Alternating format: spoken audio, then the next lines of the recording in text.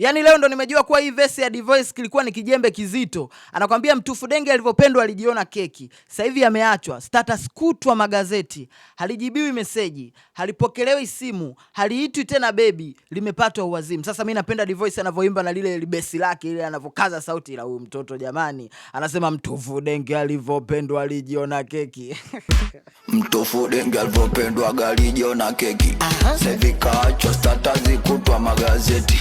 Halijibiwi meseji, halipokelewi simu. Yes, this is a brand new hit. Ngoma inaitwa Mtufu Denge Barnaba Classic akiwa ameshirikiana na The New Kid ambaye anasumbua sana game ya muziki sasa hivi nchini Tanzania. Namzungumzia Dvoice Genie. Bana, huyu mtoto inabidi tukae naye sahani moja kwanza tumuhoji kidogo kwa kina. Haya mavesi yake mapande ambayo waga anayachola, waga nani anakaa anampa hizi idea. Imagine, sikiliza recent project ambayo alishirikiana na Mario inaitwa Watu. Sikiliza verse ya Dvoice. Pale anakuambia, "Oya wanawake wasokuwa na shepu kwanza wangetiwa wapi?"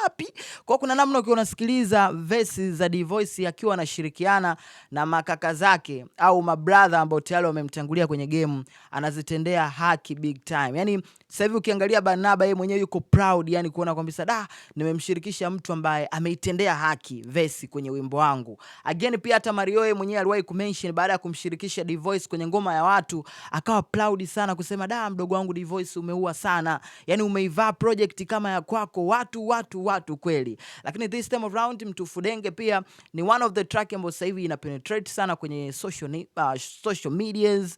Pita sasa hivi kwenye platform za muziki nashikilia chati za juu kabisa kama miongoni mwa nyimbo ambazo zimefuatiliwa na watu wengi sana ndani ya muda mfupi. Pita TikTok pale challenges zinamwagika vipi.